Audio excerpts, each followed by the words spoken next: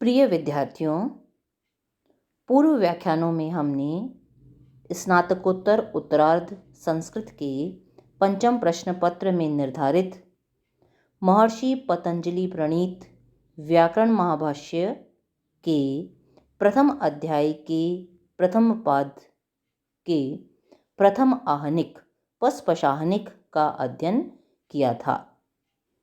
प्रारंभ में ग्रंथ के अध्ययन के मुख्य प्रयोजनों पर प्रकाश डालने के उपरांत हमारे द्वारा अध्ययन के अवान्तर प्रयोजनों का अध्ययन किया जा रहा था।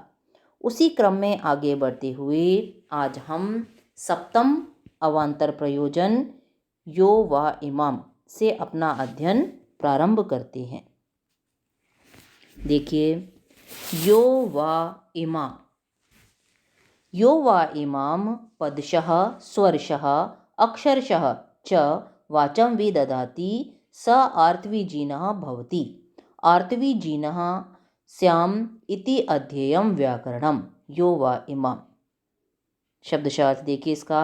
यो वा इमाम अर्थात जो निश्चय पूर्वक इस वाक अर्थात वेदवाणी को पदशः स्वरशः और अक्षरशः जानता हुआ इसे संस्कृत करता है, इसको जानता है और इसका सही सही उच्चारण करता है, वह व्यक्ति ऋत्विक कर्म के योग्य होता है। हम ऋत्विक कर्म के योग्य होवें, इसके लिए हमने व्याकरण शास्त्र का अध्ययन करना होगा। जब हम व्याकरण शास्त्र का अध्ययन कर लेंगे तो हमें प्रत्येक पद, प्रत्येक स्वर, प्रत्येक अक्षर की व्युत्पत्ति का ज्ञान होगा, उनका उच्चारण किस प्रकार करना है उसका ज्ञान होगा हमें। और इन दोनों के ज्ञान द्वारा अर्थात जब हमें अर्थ का ज्ञान होगा और उच्चारण का भी ज्ञान होगा तो हम अच्छे ऋत्विज बनने के योग्य हो जाएंगे। क्योंकि जब मंत्रों का अर्थ ज्ञान पूर्वक सही सही परिशुद्ध उच्चारण किया जाता है तो हम जिस मनोकामना को लेकर यज्ञ आदि संपादित कर रहे हैं, क्योंकि मंत्र का मुख्य प्रयोजन यज्ञ को संपादित करना है, तो जिस यज्ञ को हमारे द्वारा किया जा रहा है वह पूर्णता को प्राप्त होगा और हमें हमारे प्रयोजन की सिद्धि प्राप्त होगी। हम अपने अभीष्ट को प्राप्त कर सकेंगे ना। तो देखिए, अब यहाँ पर जो पदशः, स्वरशः और अक्षरशः शब्द आए हैं, ये कैसे बने हैं? पदशः का अर्थ क्या है? पदेन पदेन इति। स्वरशः स्वरेण स्वरेण इति। अक्षरशः अक्षरेण अक्षरेण इति। इन सब में पद, स्वर, अक्षर आदि शब्दों से परे शस प्रत्यय लगा है। और किस सूत्र के द्वारा? संख्यिक वचनाच्च वीप्सायाम, अष्टाध्यायी का 5-4-43वां सूत्र है ये। शस प्रत्यय लगा है तो बनेगा आपका पदशस। स को विसर्ग कर देंगे, रुत्व विसर्ग आदेश, तो बन जाएगा पदशः या स्वरशः या अक्षरशः।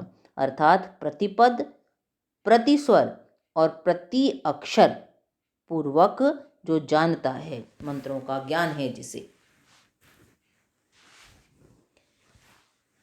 अब यहाँ क्या कहते हैं, ये वाचम का अर्थ क्या कर रहे हैं यहाँ पर भाष्यकार की? वाचम अर्थात वेद रूपाम वाणीम पदम पदम स्वरम स्वरम अक्षरम अक्षरम विदधाति अर्थात संस्करोति, है ना। पद, स्वर और वर्ण का यथावत उच्चारण करने से हमें उस मंत्र का ज्ञान होगा, उससे ज्ञान से ही संभव है। पद, स्वर और वर्ण का यथावत उच्चारण हम तभी कर सकते हैं जबकि हमने व्याकरण शास्त्र का अध्ययन करके इन सब का अर्थ ज्ञान प्राप्त किया हो।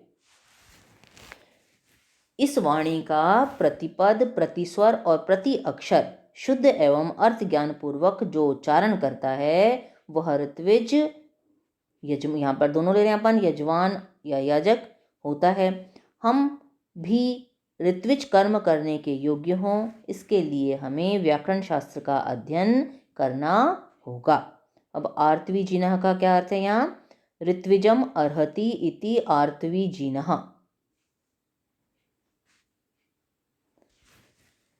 विशुद्ध उच्चारण से, पदों के, स्वरों के, अक्षरों के शुद्ध उच्चारण से यजमान को पारलौकिक फल, जो अप्रत्यक्ष स्वर्ग आदि फल जिसके लिए जिस कामना को लेकर यज्ञ किया जा रहा है, उसकी प्राप्ति होती है, और याजक यानी यज्ञ करवाने वाले व्यक्ति को धन लाभ आदि की प्राप्ति होने से यह लौकिक फल प्राप्त होता है। पदशः शब्द के द्वारा यहाँ हम क्या कर रहे हैं, सुप्तिगंतम पदम का ग्रहण कर रहे हैं। अक्षरशः शब्द के द्वारा हम अक्षरों अर्थात व्यंजन स्वर को ग्रहण कर रहे हैं, और स्वरशः शब्द के द्वारा यहाँ उदात्त अनुदात्त आदि स्वरों का ग्रहण किया जा रहा है भाष्यकार के द्वारा। और जब हमें इन शब्दों का, इन पदों का, स्वरों का, अक्षरों का सही से ज्ञान हो जाएगा, अर्थ ज्ञान भी होगा और उच्चारण, शुद्ध उच्चारण का भी ज्ञान हो जाएगा, तभी हम यह लौकिक और पारलौकिक फल को प्राप्त कर सकते हैं। अब अगला अवान्तर प्रयोजन देखिए, चत्वारी। क्या कहते हैं, चत्वारी श्रृंगा त्रयो अस्य पादः द्वे शीर्षे सप्तहस्तासो अस्य त्रिधा बद्धो वृषभो रोरवीति महोदेवो मर्तयाम आविवेश। अक्षरशः क्या अर्थ है इसका देखिए, चत्वारी है ना, तो कहते हैं ये चत्वारी श्रृंगाणी, 4 सींग हैं। अस्य चत्वारी श्रृंगा, इसके 4 सींग हैं। त्रयः पादः, 3 पैर हैं। द्वे शीर्षे, 2 सिर हैं। सप्तहस्तासो अस्य, और इसके 7 हाथ हैं। इसके 4 सींग और 3 पैर हैं। इसके 2 सिर और 7 हाथ हैं। त्रिधा बद्धो वृषभो रोरवीति, 3 प्रकार से बंधा हुआ यह वृषभ शब्द करता है।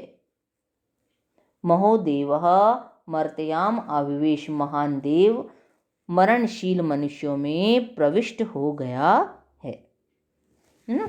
अब इसकी वृत्ति क्या है यहाँ पर, चत्वारी श्रृंगाणी, तो 4 सींग से क्या मतलब है, चत्वारी पद जातानी, पद के 4 समूह कौन से हैं वो आप पढ़ चुके हैं निरुक्त में, पूर्वार्ध में कक्षा में। नाम, आख्यात, उपसर्ग और निपात, ये 4 पद समूह हैं। इन 4 पद समूह को क्या कहा गया है, 4 सींग। 4 सींग यानी 4 पद समूह, नाम, आख्यात, उपसर्ग और निपात। आगे कहते हैं वृत्ति में, त्रयो अस्य पादः, 3 इसके पैर हैं, तो 3 पैर क्या हैं, त्रयः कालः, तीनों काल, भूत भविष्य वर्तमाना, भूत भविष्य और वर्तमान। द्वे शीर्षे, 2 सिर हैं, अर्थात द्वौ शब्दात्मानो नित्यः कार्यः च, 2 शब्दात्मा, नित्य और कार्य। नित्य कौन सी है आपकी, स्फोट रूप, और कार्य है ध्वनि रूप। सप्तहस्तासो अस्य, इसके 7 हाथ हैं, यानी 7 हाथ यानी सप्त विभक्तियः, 7 विभक्तियां। त्रिधा बद्धः, 3 प्रकार से बंधा हुआ, अर्थात त्रिषु स्थानेषु बद्धः, तीनों स्थानों से बंधा हुआ। 3 स्थान कौन से हैं, उरसी, कंठ, शिरसी। उर, कंठ और सिर। वृषभः, वृषभ किसको, वर्षणात्, वर्षा करने के कारण वृषभ कहा गया है। वर्षा करने के कारण कामनाओं की वर्षा या कामनाओं का वर्षक, कामनाओं का पूरक होने के कारण इसे वृषभ कहा गया है। रोरवीति, रोरवीति का क्या अर्थ है, शब्दम करोति, शब्द करता है। कुतः एतद, यह कैसे, तो कहते हैं रौति शब्द कर्मा, जो रू धातु है वह शब्द कर्मा है, शब्द करना अर्थ में प्रयुक्त होती है, शब्द अर्थ में प्रयुक्त होती है। महादेवः मर्त्याम आविवेश इति, महान देव मरणशील मनुष्यों में, प्राणियों में प्रविष्ट हो गया। महान देवः शब्दः, महान देव का अर्थ है शब्द।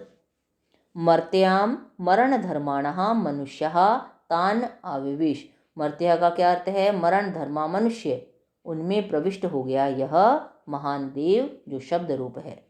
महता देवेन, महान देव के साथ नह हम साम्यम, साम्य को प्राप्त करें, यथा जिस प्रकार से, स्यात् होवे, इति इस प्रकार, अध्ययन व्याकरण, व्याकरण का अध्ययन करना चाहिए। महान देव मरणशील प्राणियों में, मनुष्यों में प्रविष्ट हो गया, यह महान देव शब्द रूप है, शब्द है महान देव, शब्द को महान देव कहा गया है। महान देव अर्थात शब्द के साथ हम साम्य को, समरूपता को प्राप्त कर सकें, इसके लिए हमें व्याकरण शास्त्र का अध्ययन करना होगा। महान देव मरणशील मनुष्यों में प्रविष्ट हो गया है। महान देव के साथ हमारा साम्य हो, इसके लिए व्याकरण का अध्ययन करना चाहिए।